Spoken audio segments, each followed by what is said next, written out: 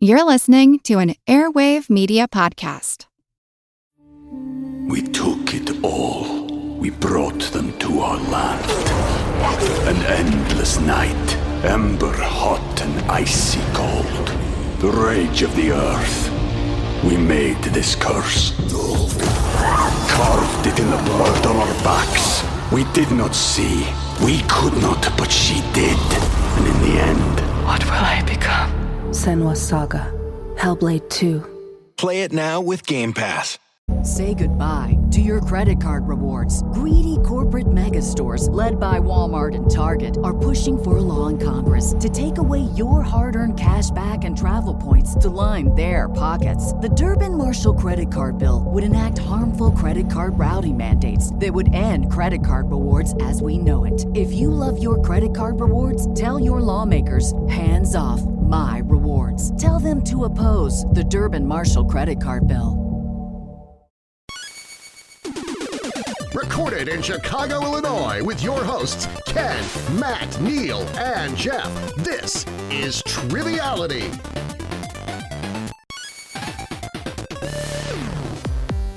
Hello and welcome to Triviality, the game where a lack of seriousness meets a little bit of knowledge. This is Ken. I'm in the studio with Jeff and Neal, and we got Matt online. What's going on? Not too much. I missed the studio. Yeah, you were here last week. How was your experience? It's still as sweaty as I remember. You know, guys, I'm feeling a little melancholy because Big Mark McKenzie is gone. Big Mark McKenzie is gone. I don't know if anyone knows this, but we spent our day with Triviality with him from Patreon, and we created a song for him that I don't know if he'll either hate or he'll love. It's like one of those storytelling songs from the 60s. Yeah. I think our Lyft driver hated it more than anyone. I think he did. And that's okay. But that song is for Mark, right? If he wants to do a collab, maybe we'll record it into an EP or something. But... Yeah, when he traverses the American countryside as Big Mark McKenzie. But yeah, I'm doing good. Jeff and I actually signed up to join the film crew and the drone operators going to Scotland to try and find the Loch Ness Monster. So is that so? Yeah, we're just doing it for the paycheck because they're not going to find anything, but we just wanted to get paid to go. Okay. Neal and I actually rigged up a one-man sub. Hopefully it won't go too poorly. What are you talking about? What are you guys talking about? They're doing the largest excursion ever to find the Loch Ness Monster. Oh, I didn't hear about that. Yeah. Basically, do you remember the Naruto run of Area 51? Yeah, it's like that, but with Nessie. Yeah. And drones. Well, they'll find something. They'll find something. You know what we can find is some great guests for today's show, Ken. Ooh, very well done. Our first guest is from Norfolk, Virginia. She's an Oakland 5 supporter, and we can't thank her enough for that. Amanda Sullivan, how you doing today? And tell us a little bit about yourself. I'm doing good. Like you said, I'm from Norfolk, Virginia. I'm a medical physicist here working in radiation oncology. I've got my 2 cats and I've got 2 nieces on the way that I'm really excited about. My brother and my sister are both having girls. That's awesome. Yeah. Very cool. Yeah, congratulations. Yeah. Thanks. And I have the honor and privilege of teaming up with Amanda today, and she said she had a very unique school mascot in high school, so our team name's going to be based on that. We were the unicorns, which I get made fun of a lot. That's very bizarre, but Did you I go like to school it. in Scotland or? No, in North Carolina. Oh, yeah. weird. Okay. I love a unique mascot. And so since you guys were the unicorns, we're going to be children of the unicorn. Awesome. Jeff, you and I are going to partner today just based on that, the mythical creature of the unicorn. We were trying to think of a mythical creature of our own, and we wanted to relive the time that I threw up on your mouth and on your face, like the movie Drag Me to Hell. So we're going to be dragging me to hell. Dragging me to hell. Yeah. All right. But before we can play, we need a great host. And this one happens to come from San Francisco, or just south of San Francisco, I believe he said. He's an Oakland 5 supporter, and it's Johnson Earls. Welcome to the show. Please give us the rundown. Thanks. I'm in the San Francisco area. I work in IT, automating everything I can automate. I'm a tech nerd. I like photography. I like board games and infinite unfinished hobbies. Awesome. Well, we can't wait for your game here today, but before we play, we're going to need some rules. The rules of the game are simple. 20 questions split into 2 rounds worth 10 points apiece. At halftime, there'll be a special swing round designed by this week's host. After regulation, players will enter the final round with the points that they've accumulated and will have a chance to wager 0 to 30 points on 5 categorized questions. At the end of the game, someone will be named the cream of the crop. Crop rules everything around me. All right, we have everything we need to begin the game, so Johnson, please take it away. Okay. Sorry that some of these questions are going to be sort of obscure, and I'm starting out with one. So in computer gaming history, this early 1980s software product, first released for the Apple II and later ported to the Commodore 64, IBM PC, and 8-bit Atari computer systems, was the first example of a new genre of software toys. Written by Bill Budge based on his experience with his earlier hit game Raster Blaster and published by an early Electronic Arts, what was the name of this build-it-yourself game that Tommy would have loved? Jeff, the clue's making me think of this. I think so. Do you think that's enough of an answer to lock in? Absolutely, sir. Okay, so Johnson, we're going to lock in over here to let the other team talk. And I just want to say before we start recording, Johnson told us that he built the machines that built the Matrix, and for that we thank him. So thanks for building the Matrix, Johnson. Inadvertently. Yeah. All right, so we have a little clue here at the end, Amanda. Tommy would have loved. I'm not sure what that's referencing. Do you have any idea? No, the only thing that comes to mind is my go-to karaoke song is "Living on a Prayer," and there's a Tommy in that, but I don't know what how that would relate to this. I worked on the docks, I believe. Yeah. What about the game like Breakout? Is that one of the ones where you kind of have the paddle and the ball and you're breaking blocks? Is it called Breakout? I don't know. I've never heard of that. We can go with that if you'd like. Yeah, let's try that. Okay. So Jeff and I are both fans of an old rock group that's still around. Who is that, Neil? Who is that? The Who. And we think Tommy is in reference to Pinball Wizard, so we just said Pinball. Yeah, because I think it is on their album Tommy, right? Yeah. Yeah, so so Tommy was the Pinball Wizard. The other clue in there was Build It Yourself. This was the pinball construction set. It wasn't a pinball game, but it was a game that let you build pinball games. Oh, nice. And I think Dragging Me to Hell should definitely be taking points for that. Close enough. What's fun about that question is we have a really big version of Tommy here in the city that they're thinking it's going to go to Broadway. And Colleen's uncle was a professional photographer for a long time, and he has friends that... You're going to say he was a pinball wizard himself. he might have been, I don't know. But he's friends with a musician who's a guitarist who plays a lot of different musicals and things like that. Anyway... Colleen's uncle was in town recently. The friend who was the guitarist was on the Tommy show, but decided to take the day off to hang out and do some other gigs. And he got a phone call while he was hanging out with Colleen's uncle and said, the people over at Tommy said, I need to be there today and I have to cancel all my plans. And he's like, why? Because Pete Townshend's coming, so you have to be here and play. I'd say so. Yeah, so a lot of pressure. Okay, so question 2.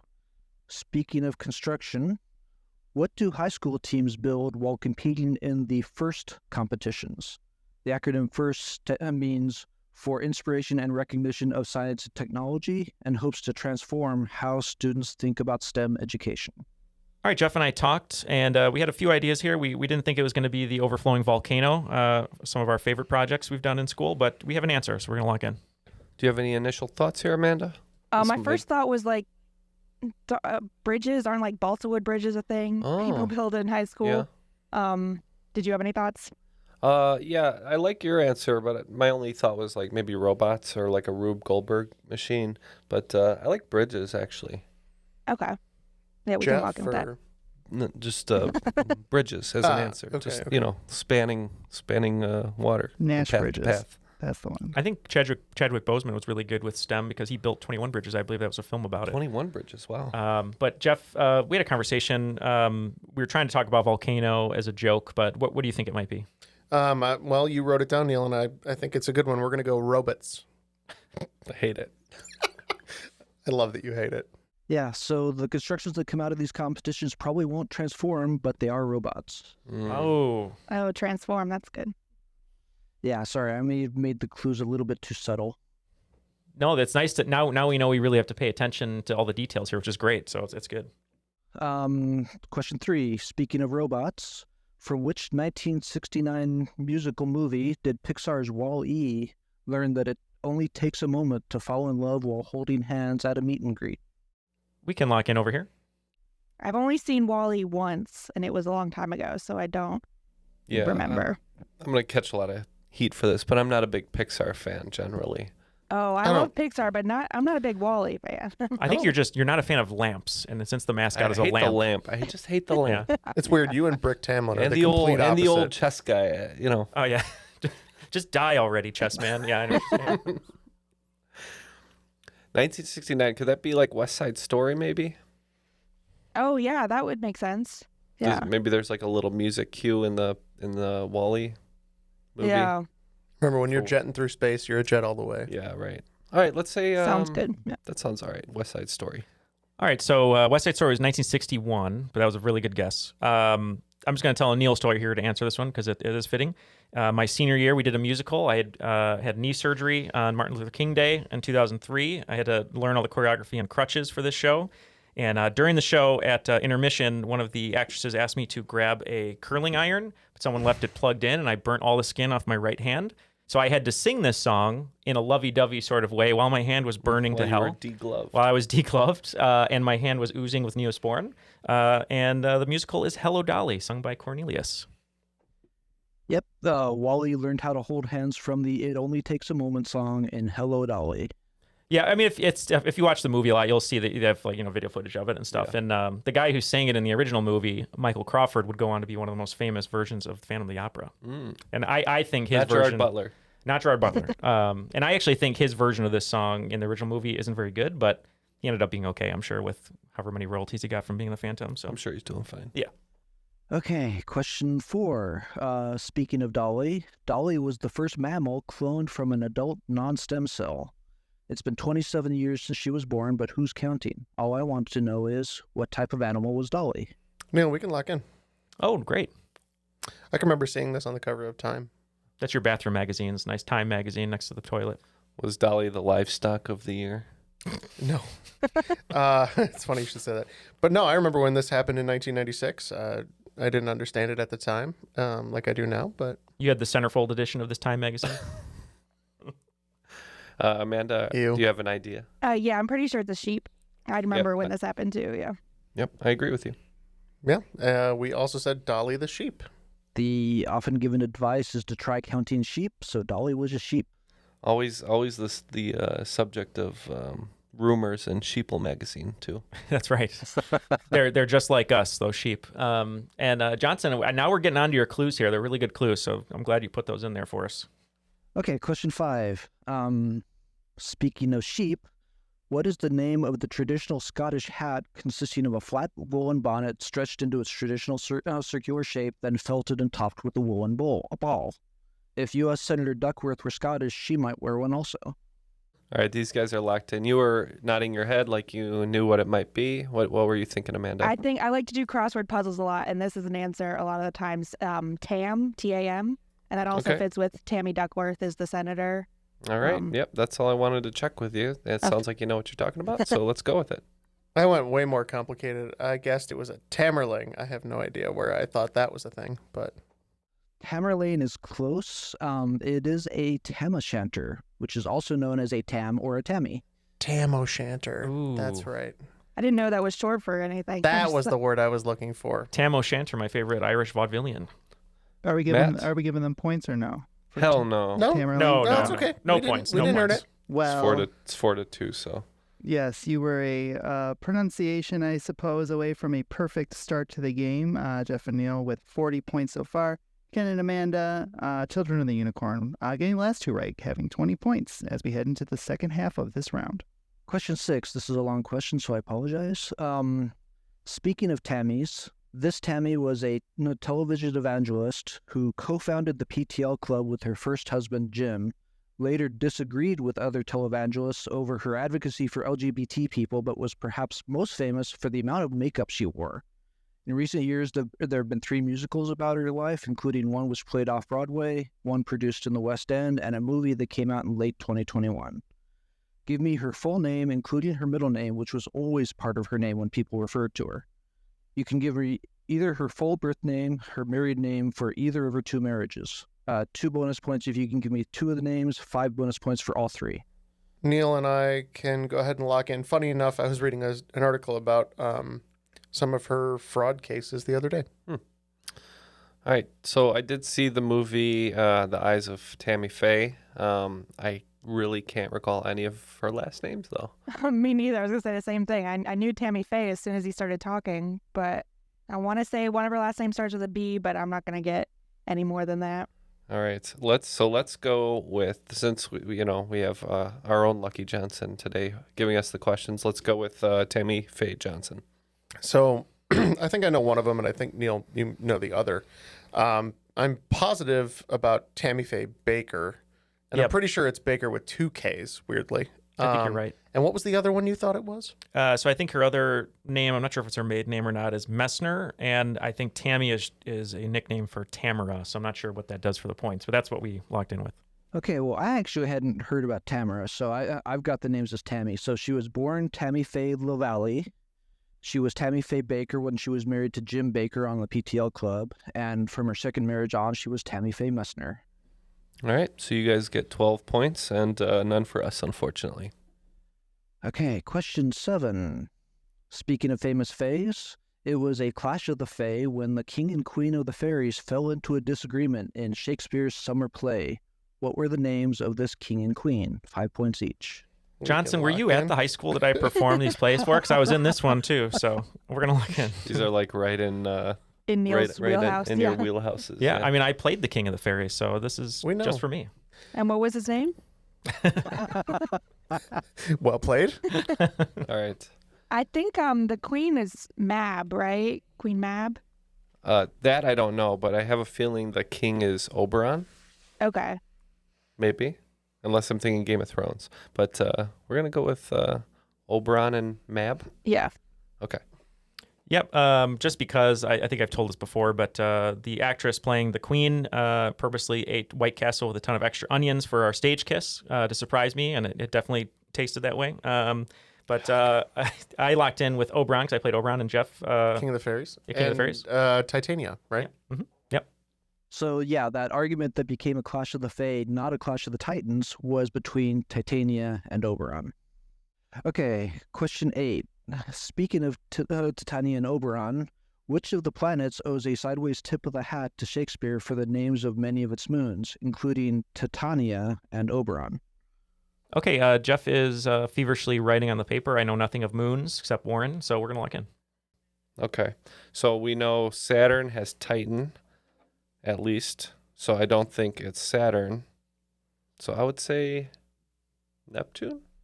That's what I was thinking, and also the sideways tip of the hat, because I never remember if it's Neptune or Uranus that has the tilted little on ring its side, kind of, or yeah. All right, well let's go with our gut and say Neptune, shall we? Sounds good. We had originally written down Neptune, but I think the one that's sideways is Uranus. So I'm going to feel really bad if we're wrong. So we said Uranus. I'm so sad that people are saying Uranus correctly these days, you know. I know. We used to live in a better time. You mean Uranus? I wasn't going to go that far. The planet that is tipped sideways and has many moons named after Shakespeare characters is Uranus. We're just on these 50-50 coin flips. Yeah. It's not coming out our way, but I was checked out for that For any question. of you who haven't looked up a photo of Io, that is my favorite moon by far. It's super cool. So you had he's got the centerfold of Io. Centerfold of Io as well, under his bed with the sheep with Yeah, it's actually like a bunch of Io centerfolds. So it's like the character, like the god, and then the planet or the moon. So now, in those types of magazines, are they allowed to show Uranus, or is it a little? I think you can, as long as it's behind a cover in the store. I see. You can't just display it, Gotcha. regularly, like Europe. It's gently pixelated. It's gently pixelated Uranus. Yeah. Okay, question yeah, they're only 9. allowed to shoot it from the front. Weirdly. This has been like 3 minutes of you guys trying to get the episode title. One of those is it. Find out which one. Okay, question 9. Speaking of Uranus, Uranus fathered the Titans with his wife Gaia, who was also his mother. 2 of the Titans, Cronus and Rhea, then gave birth to 6 children, including the first 5 Olympians. Because of a prophecy about being killed by his offspring, Cronus swallowed the first 5 of his children before being defeated by the 6th and compelled to disgorge the others, who then together killed him. These third-generation gods consisted of 3 brothers who ruled the sky, the sea, and the underworld, and 3 sisters who blessed the harvest, the hearth, and the family. For 10 points, name 4 of these brother and sister gods. For 5 bonus points, name all 6. So Neal was really quick to write these down, and I'm very grateful he did. I think we've got 4 of them that we're going to lock in with, and then we've got 2 that we'll try for the bonus points. Okay. All right, so looks like we're looking for the Greek names here as opposed to the Roman names. And I think we had a good read on it. So Amanda, why don't you run through those really quick? So for the gods, it would be Zeus, Hades, and Poseidon for the sky, the underworld, and the sea. And then the daughters or the sisters would be Hera, Hestia, and Demeter, I believe. Okay. I like it. Yep, we locked in with the 4 that we knew right off the bat. So we said Zeus, Poseidon, Hades, and Hera. And then our guesses for the bonuses are Apollo and Demeter. Well, Amanda got them all. So awesome. I don't know which ones were which. I realized I should have actually written that down when I researched this. Well, I know that when I play the game Hades, I'm always hoping that Demeter shows up because I like her power-ups. I believe he's also Hades' mother-in-law, technically. They're all Look, his father was his sister and his son was his brother. I don't even try to figure out those relationships there. So Chinatown is basically an Olympian tale, is what you're saying, Ken. That's right. Okay. Okay, and for question 10, speaking of the Olympians, the Greek gods had their own form of food and drink, which were called ambrosia and nectar. Which type of tree's nectar-filled blooms might produce a fruit variety called ambrosia, even though it would usually be in a salad with walnuts, not with marshmallows? All right, we had a discussion here trying to figure out what kind of tree this would be, and Jeff was talking about all the types of salads he enjoys. And what did you say, Jeff? Well, I think maybe I was overthinking this a little bit, thinking too much about 90s one-hit wonders. But we said tangerine. Amanda, I'm thinking that the walnuts might be a reference to the disgusting Waldorf salad. I disagree about the disgusting, but yes, you're right about the Waldorf salad. That's that has apples in it, correct? correct. That's what I was thinking too. So apples is what we're going to go with. Yep, the Waldorf salad has walnuts, grapes, celery, and apples. Oh, God. That sounds like the worst. Apples to tangerines, Jeff. We didn't get it right. Honestly, it's just the celery part that I don't like. What's the binding agent? Like mayo? Like a mayo-based dressing? I'm actually not sure. I've never had one. I'd never had a desire for one. I drive by Waldorf and I just keep going because I know that salad's there. It's waiting for you, stalking you. What's wrong with the other things? I mean, celery is a gross, fibrous, like water nonsense. Yeah, celery should not exist. Just don't want any of that stuff together. What's wrong with grapes and apples and walnuts? They're fine on their own. I don't want them together. I think it is mayo. I think it is mayo. That's horrible. I'm sorry, Amanda. All right, after the first round, Amanda and Ken, children of the unicorn, coming up with 50 points, getting those half points and bonuses, really helping them out there. But Jeff and Neal, dragging them to hell. They haven't gotten much wrong. They're at 82 points with a little bit of a lead going into the swing round. But before we do, Neal, why don't you tell the people a little bit about Patreon? Yeah, if you'd like to join Amanda and Johnson in supporting the show, getting a bunch of extra audio content like the crop drops and monthly Patreon bonuses, as well as all of our newest episodes ad-free, you can go to patreon.com/trivialitypodcast. It's where it allows us to continue the show, slaying the dragon that is mediocrity, getting better when we can. And we just had a special episode last week called The Day with Triviality, which was an exclusive for a special patron, one of the levels that we have on there. So that's something you can look into. But we can't do the show without our patrons. And speaking of patrons, people who help us out just as much are our playtesters in the Crop and Discord. I believe, Johnson, you sent this game to some playtesters. So we just want to thank all of our playtesters in all the different facets and places that you exist, helping us get our games to a place that they're the best that they can be. So If you want to join Patreon, go to patreon.com/trivialitypodcast. And if you'd like to play test some games, just check out the Crop or the Discord. And without further ado, let's jump into the swing round. Speaking of Apple records, in the immortal words of Alan Sherman, my daughter needs a new phonograph. She wore out all the needles. Besides, I broke the old one in half. I hate the Beatles. I have a list of 20 of the 20 Beatles songs that reached number 1 on the U.S. Billboard Hot 100 chart. Name up to 10 Beatles songs. Each one that's on the list earns 5 points, and there's 10 bonus points if all 10 songs that you name are on the list. Awesome. Nice quick swing round here. We will take a quick break and come up with these Beatles songs. We took it all. We brought them to our land. An endless night, ember hot and icy cold. The rage of the earth. We made this curse. Carved it in the blood on our backs. We did not see. We could not, but she did. And in the end, What will I become? Senua's Saga. Hellblade 2. Play it now with Game Pass. Say goodbye to your credit card rewards. Greedy corporate mega stores, led by Walmart and Target, are pushing for a law in Congress to take away your hard-earned cash back and travel points to line their pockets. The Durbin-Marshall credit card bill would enact harmful credit card routing mandates that would end credit card rewards as we know it. If you love your credit card rewards, tell your lawmakers, hands off my rewards. Tell them to oppose the Durbin-Marshall credit card bill.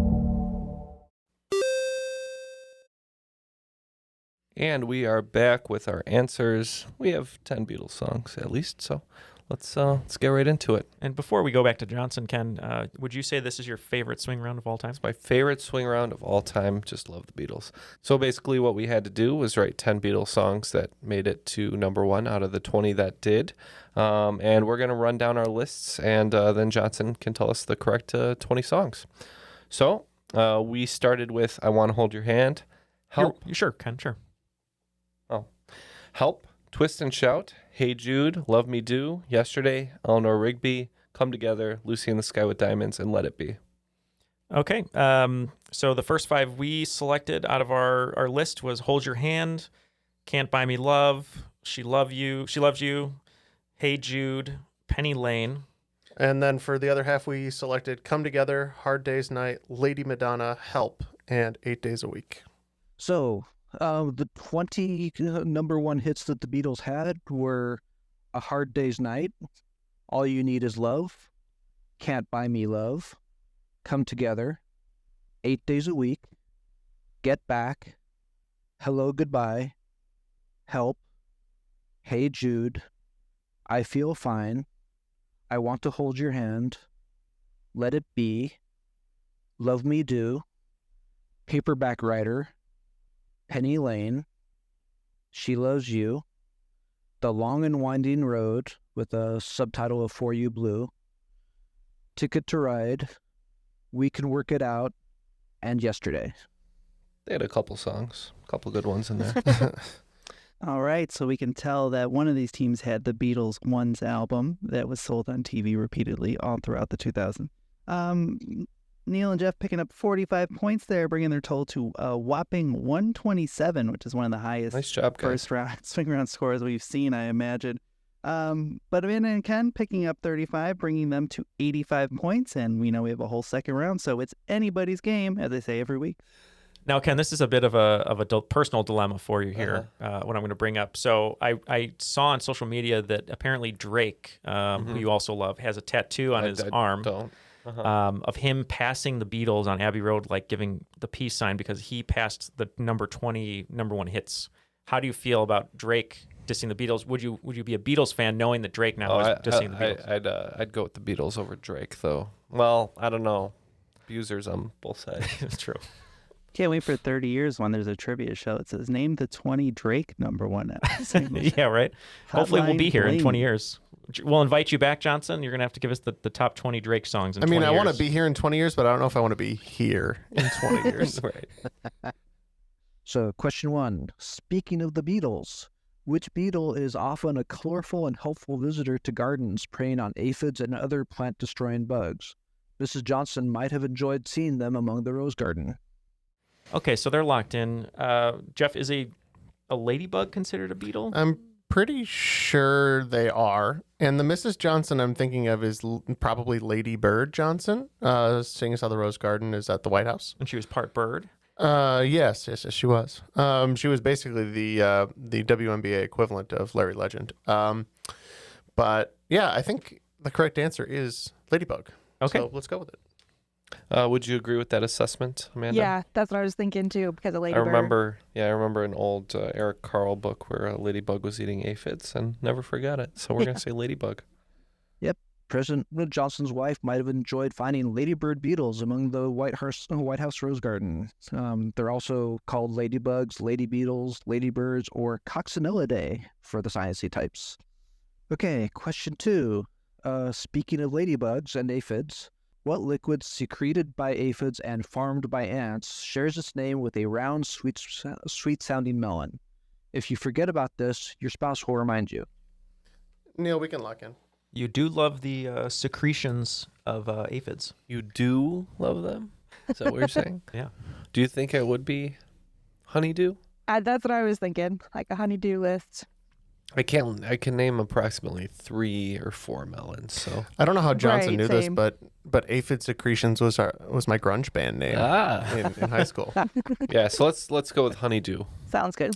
Yeah, and did you know that the Beatles' original title for Love, Love Me Do was Love, Honeydew? Go ahead, Jeff. John Lennon really loved honeydew. He did. He just loved it. I don't know why you passed it off to me after you said the answer, but we said honeydew. Yep, if you're an ant and shopping is on your honeydew list, you might bring back some honeydew. So, okay, question 3. Speaking of melons, many melons, including watermelons, come in seeded and seedless varieties. The same is true of grapes. What is the name of the most common type of seedless grapes grown in America? They would also probably be enjoyed by the queens in Oman and Brunei. Yeah, Neil, I'm tapping out on this. We can lock in with our best guess, which we still think is incorrect. Okay. All right, so this team doesn't have the grapes for this question. They're sour for sure. All right, Amanda, they're out. Do you have any idea on this one? The only one I can think of that's not like a wine grape is Concord grapes, but I don't know what that would have to do with Oman or Brunei. Yeah, I was thinking maybe the word sultan or sultaness or something like that could be in it. Right, that's what, yeah, I don't know what their queens are called, so... Should we say sultan? We think that this is pivotal to knowing the answer. Yeah. Sure, sultan sounds or good to sultan. me. Yeah, sultan. Okay. Should have tried to reason this one out, Neil. I think we missed it, but we said Concord. Okay, well, the queens of the sultans in Oman and Brunei might enjoy some refreshing sultanas, which are also known as Thompson seedless. I wonder where the Thompson comes from. Just some random guy whose name... It's the person who developed it. Oh, okay. I don't want seeds in these grapes. I'm going to change it. I'm going to alter nature. It's like that. It was like his one thing. Like everyone's like, oh, want to be an astronaut. No, I want to go to the NBA. I want to take seeds out of grapes. But he got the seeds out of the grapes. You got to give him credit. His mom's like at someone's funeral. It's like, did you know my little boy Thompson? He got rid of the seeds in the grapes. You can thank him for that. Okay, question 4. Speaking of sultanas and sultans, the Sultans of Swing was written by the lead singer and guitarist of the band originally known as Cafe Racers, who performed the song in local pubs, but changed their name before recording the demo tape of Sultans of Swing. By what perilous new name did the band record the Sultans of Swing and continue recording and performing until disbanding in 1995? Yeah, Jeff's locked in. Yeah, we're locked in. And I do think I know this one. Did you have any idea? You said music wasn't your forte. It's definitely not. I'm assuming something to do with perilous, danger or something, but I don't know much more than that. All right, well, today we're getting questions for nothing and answers for free. So we're going to say Dire Straits. Yeah, Neil's moving those refrigerators. We also said Dire Straits. Yep, it is Dire Straits. They did not find themselves in any perilous situations after renaming themselves. Okay, question 5. Speaking of the Cafe Racers, this is the obligatory sports question, but it's really a vocabulary question. What is the name of an arena that sounds like it was designed for Jurassic Park's speedsters, but is actually for bicycle racing? We can lock in. all I got is the Jurassic Park Speedsters. Are those the Raptors? I'm not sure. I know like a cycling arena. I think it's something drome. Oh, Cyclodrome or something like that, or I don't remember. It sounds different from what it is though. I know like what a you're pretty talking intense about. name. Yeah. It's not Videodrome, right? Long live the flesh. Yeah. The new flesh. The new flesh. Not the old flesh. Good job on picking that up, Jeff. I'm proud of you. I don't think you've ever even seen the movie, but I'm proud of you. You're welcome. Is a hippodrome a thing? But I don't think that's an arena. I think that's something else. That would be hippo is horse. Oh, right. Is the root, but I'm not totally opposed to that as an answer, because bikes are like metal horses, kind of. So let's say hippodrome. I think that's fine. Assuming that it was in Jurassic Park, we said Velocidrome? We don't know. Well, that's close. Velociraptors would not be so welcome in a velodrome. Velodrome. Close. And Amanda was right. A hippodrome is like an arena for performances, and there's one in London as well now, but it's, was used for performances. Yeah. All right, after 5 questions, looks like Amanda and Ken, Children of the Unicorn, adding 30 points, bringing their total to 115. Jeff and Neal, Dragging Me to Hell, also adding 30 points, bringing their score to 157. Okay, question 6. This is the other obligatory sports question, but it's really a geography question. The UCI World Tour is a set of 38 bicycle races, including 18 multi-stage races, such as the most famous, the Tour de France. Which federation is the only country on the Arabian Peninsula to host one of those multi-stage races? Did you have any ideas on this one, Amanda? No, right I off was the bat? trying to think of which country might be referred to as a federation, but I couldn't come up with any. Well, I would say you could consider the United Arab Emirates a federation. That of makes Emirates, sense. Yeah. Of Arab Emirates, perhaps. Does that sound right, Jeff?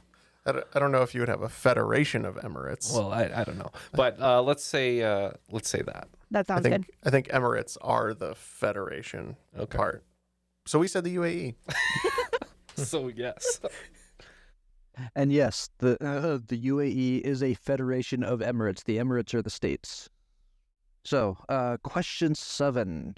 Speaking of the Arabian Peninsula, the Arabian Nights is the most common English name given to a collection of folktales from the Middle East, Northern Africa, and Southern Asia.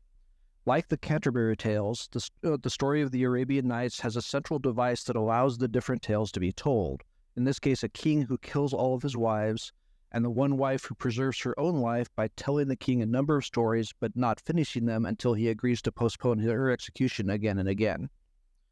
What is the lesser-used English title for this collection of stories, which is the translation of its actual Arabic name, and indicates how many stories were told? 5 bonus points if you can also give the name of the storytelling wife. All right, Jeff wrote down what he believes is the name of the wife, and we think we know the English translation, and we're just going to go with it. Okay, I have a jumping off point here, but I wanted to hear your thoughts before I pollute your mind with my garbage. I want to say something about like either 1,000 or 1,001 stories or nights or something, but I don't remember. And I'm sure if I heard the wife's name, I'd recognize it, but I can't pull it right now. What do you have? So I did write 1,001 nights, and I don't think we would both be wrong about that extra one. That was kind of my thing. But since it's both in our head, I think 1,001 nights will be our answer. And I think that the wife might be Scheherazade. Okay, I was thinking that, but yeah, that sounds good to me. Yeah, and so for us, of course, unsurprisingly, in the Magic the Gathering set Arabian Nights, there's a card called Scheherazade, which basically postpones and makes a mini game in the style of this story, which is how I first found out about it. And we agree. We said the 1,001 Nights. Yep, the stories are recited to the king over 1,001 nights, which leads to the official title of The 1,000 Nights and One. Either one is acceptable. For the tales told by Scheherazade. So full 15 points for both. We've been a podcast for longer than 1,001 nights. That's true. Keeping Jeff alive. It's true. I If I was stop gonna doing this execute- podcast, I'm I gonna die. execute him. Yeah, so please keep listening and supporting Patreon. Otherwise, Jeff will be executed. If our patrons drop too low, I just fade off the Quite face a of the plug earth. for the show. And Matt gets to choose it too, which is it sounds very ominous. I look forward to it. Okay, question 8. Speaking of knights, the Knight Rider, Michael Knight, was a former police detective who was given his new name and new face to become a crusader to champion the cause of the innocent, driving around Southern California and the American Southwest in the intelligent self-controlling car KITT, K-I-T-T. What numeric name did the acronym KITT stand for? For 5 bonus points, what did CAR, K-A-R-R, the name of KITT's predecessor and now wandering adversary, stand for?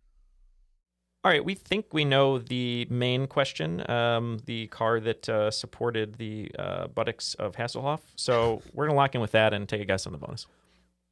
All right, Amanda, I really don't have any idea on this one. I don't know how to make it a numeric name. I was thinking like the T's could be 22 or something like that, or 23 or 33. It could be a lot of things. I don't know. Yeah. I don't know it either.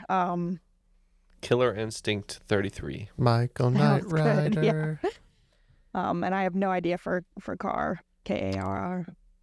So we didn't know the bonus. It's probably something, I don't know, our robot or something. So we said KITT, who was voiced by Mr. Feeney himself, William Daniels. We said Knight Industries 2000. Yep. It was Knight Industries 2000 in the original series, or Knight Industries 3000 when they rebooted it in the sometime in this century. And his adversary was the Knight Automated Roving Robot. All right. Oh, man, I almost could have guessed that. Okay, question 9. Speaking of riders, an atypical bicycle-riding amateur detective on the BBC solves crimes while cycling around his village, likely annoying his parish secretary in the process. His current run on the BBC began in 2013, but he's also appeared in films in 1934 and 1954, a German TV show in 1966, and a British ITV show in 1974, originating in novels written by the English novelist G.K. Chesterton. Who is this colorful cleric? This game's right up my alley with these mystery things here. I like this. I knew this one British myself. mystery crap. Yeah. Neal. So we can lock in. Yeah. Any idea here? So cleric could be like a vicar or parson or something. Vicar is a very British name, but I don't know. I see colorful. Yeah. Too. Parson Brown. Oh, that. From the song. Sure. Sounds good to me. This might be one of those rodent issues that we had on a previous episode, but yeah, we locked in with Father Brown. Yeah, it's an interesting decision to be made. Yes, it was Father Brown. I'm not sure if personally counts because Father Brown is actually the name of the title of the series. Right. Yeah, right, unfortunately, fine. no points. Fine. Yeah. Ken gets to be in my seat like last time. The prairie dog. The prairie dog debacle. Okay. Question 10. Speaking of colorful detectives, which board game, designed by a British musician in the 1940s but first published in the U.S. in 1949 with a slightly different name, famously allows the player's colorful characters to move between rooms across the board using secret passages? Must be Clue, yeah? Clue, right. Yes, as soon as he said colorful detectives, just thinking that. We agree. We said Clue. Yep, it is Clue, or Cluedo in UK. Cluedo. Yep, that's why I wrote Pluto first, because It's it's a game about clues. What should we call it? Cluedo. Cluedo. Cluedo.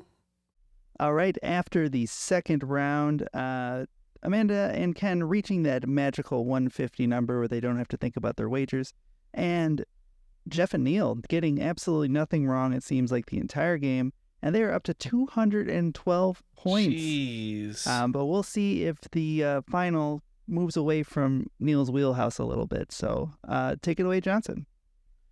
Okay, speaking of Clue, these are the final round categories. Miss Scarlet in the library reading historical fiction. Colonel Mustard in the kitchen making a sandwich. Mrs. Peacock in the conservatory with field glasses. Professor Plum in the study looking at an atlas, and Mrs. White in the lounge watching television. So I think Neal and I have to just go for our personal best team score here. So we're going to do 30s all the way down.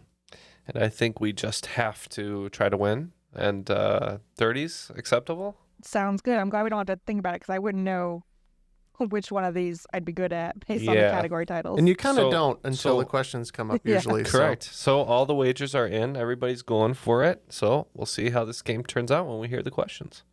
Okay, for Miss Scarlet in the library reading historical fiction, the color scarlet stands out in literature titles from The Scarlet Letter and A Study in Scarlet to the Nancy Drew novel The Scarlet Slipper Mystery.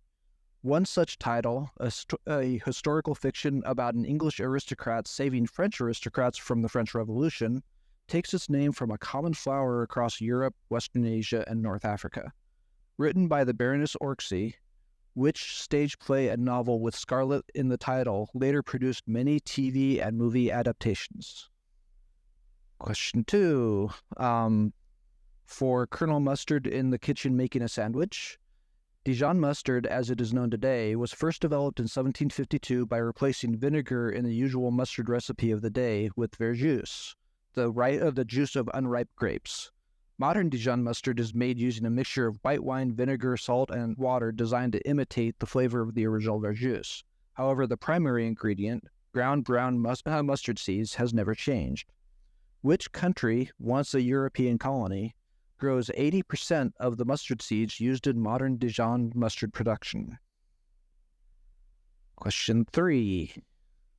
Miss Peacock in the conservatory with field glasses. The peacock is well known for the male's extravagant plumage. In the case of 2 of the 3 species of peafowl, this is especially true in the long covert feathers that cover the actual tail feathers and often drag along the ground behind the bird. The 3 species of peafowl originate from different areas of the globe. 2 come from different geographical subregions of Asia, and 1 from a river basin in Africa. Give 2 of those 3 areas from where the 3 species of these beautiful birds originate. The names of countries in those areas would also be acceptable. Question 4. Professor Plum in the study looking at an atlas. Very few flags have historically included the color purple due to the high expense of the purple dye before modern synthetic dyes. One country's Second Republic used a tricolor flag of red, yellow, and purple stripes in the 8 years between the original monarchy being voted out and a new republic surrendering to the military during the country's civil war. The same flag continued to be used by the government in exile while the country was ruled by a military dictatorship, until 1977 when the government in exile was dissolved in recognition of the country's new constitutional monarchy. Which European country is this? And question 5. This is Mrs. White in the lounge watching television. Betty White, the beloved actress and comedian, was a guest panelist on many different talk shows and game shows. In the early 1960s, she met her third husband, the entertainer, radio host, and game show host Alan Ludden, on the set of his perhaps most famous game show. After Alan Ludden died in 1981, she never remarried, remarking to Larry King, "Once you've had the best, who needs the rest?" On which 1960s Alan Ludden game show was Betty White a frequent guest? All right, we have the questions. We'll listen to these messages, and we'll be right back with our answers.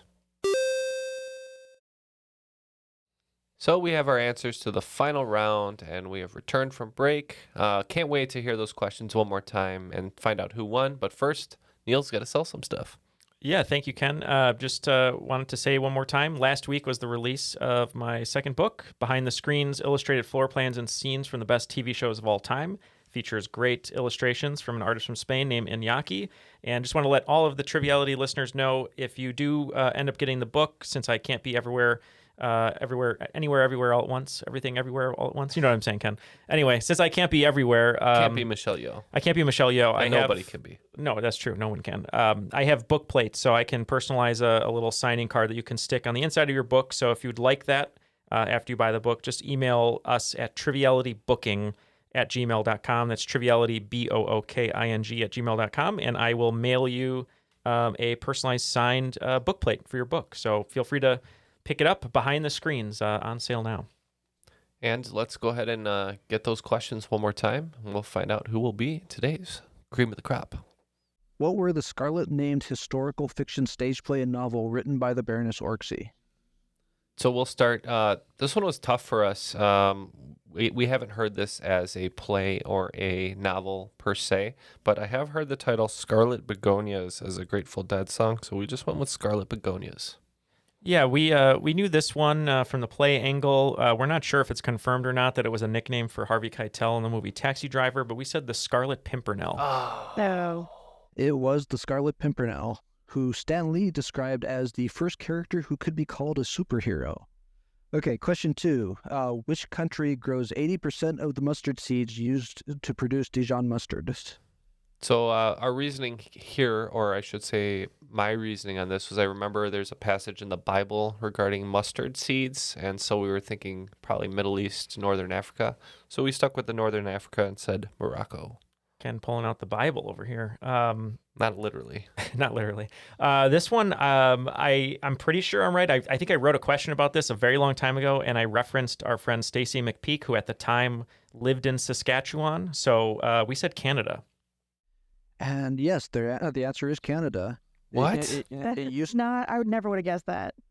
Yeah, it used to be grown all around Dijon, but then the farming changed, and it's no longer grown in France. Okay, question 3.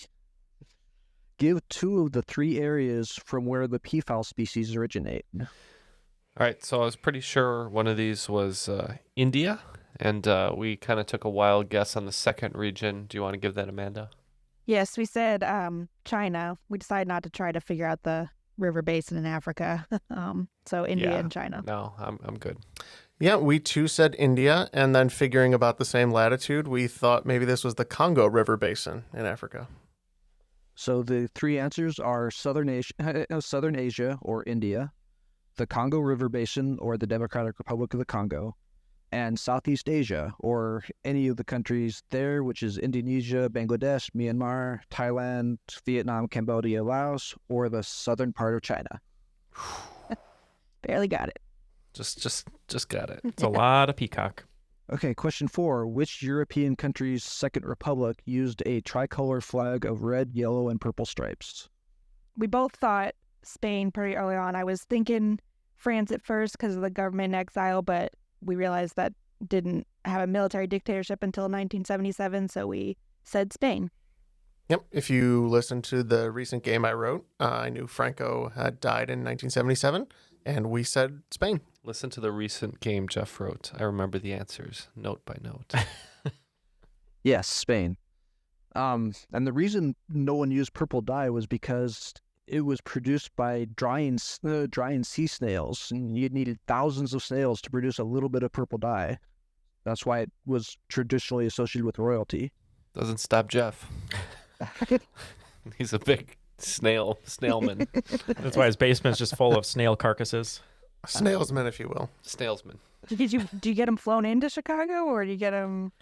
Oh no! Well, he goes digging in the dirt. I was gonna say, I get him trawled up. You also sent an order when you were 5 years old, and they just got here, so now you're able to take them out. He doesn't just use sea snails either. Any snail he can find. That's right. He's a bad man. Speaking of this, isn't there a snail in Alice in Wonderland? Or no, that's a caterpillar. I was gonna say, would we have turned that snail into purple? He does force the snails to smoke hookah though, as a mad experiment. Well, it's a more sick man. He's a sick man. It's like when you put lobsters in the fridge, to dull their senses. What is that called? It's the humane way to do it. You give them hookah. He's a sick man, Jeff is. Okay, question 5. On which 1960s Alan Ludden game show was Betty White a frequent guest? One answer we came up with was maybe What's My Line, but eventually we decided on, Amanda? On the match game. Yeah, I think Neal unlocked the secret word here. What'd you say, Neal? The password is password. Yep, password. She was on there a lot for some reason. All right, after the final, a valiant effort from the Children of the Unicorn, losing just 30 points there, coming up with 120 points. But today's victors could not be stopped by anything. They have dragged us all to hell. They had 150 points, ending up with a whopping 362 points. Today, Jeff and Neal are the cream of the crop. Sorry about that. I'm living in a nightmare. Matt said he had his the cream. Matt said he had his fill of heaven, so we dragged you back to hell. Yeah, what a great game, Johnson. The questions just happened to line up in our wheelhouse a little bit here, but they were great clues, and yeah, I don't know. We felt pretty good during this game. I was hoping we could at least get 365 just to be like a question a day for a year, but I guess we didn't get to that. So maybe that's another goal for a different time, Jeff. But Neal loves to taunt his opponents by asking to win more. But that was a great game, Johnson. Thank you for putting those questions together. Great clues and a nice stream of conscious there from question to question with the different clues. Thanks. It was a lot of fun. Yeah, Amanda, great game today. Sorry we couldn't come away with the W. Mostly my fault, I'm sure. But why don't you give us your final shout-outs, and we'll say goodbye. I guess I'll just shout out to my brother and sister. I'm not sure if they listen to this, but I'll get them to listen to this episode at least. And my little niece is on the way. I had a lot of fun. I was nervous coming on here, but it was a lot of fun, even though we didn't win. I'm just glad we didn't end up with 0. That's always a goal. it was a pleasure. We didn't do too bad. We got about 50% of things, all things considered. But these guys just were too good. Yeah. Yeah. And Johnson, anyone you'd like to shout out before we let you go today? Yeah, I wanted to thank the group of friends we call the Doodlers for the initial place testing of all these questions. A lot of them changed based on that. And then all the playtesters on Discord, and especially Trip Christian and Ian Schultze for the practice game so that I could get through the questions mostly without tripping over my own tongue. All right, awesome. Well, thank you so much. Yeah, thanks for this great game today. We appreciate you being on the show. And we also need to thank, before we go, Airwave Media. They can be found at airwavemedia.com with other great shows like The Art of Crime or The Labors of Hercule. You like that one? I do like that one. I do like The Art of Crime because it does chronicle Jeff with the snails and turning him into purple. I thought for sure you said The Art of Crying. Crime. Okay. And another one Neal probably likes is Movie Therapy. Oh, yes, I do. I find the movie theater to be the therapy couch. Well, that'll do it for today. Once again, I want to thank our guests, Amanda and Johnson. And for Matt, Jeff, Neal, and myself, that was Triviality.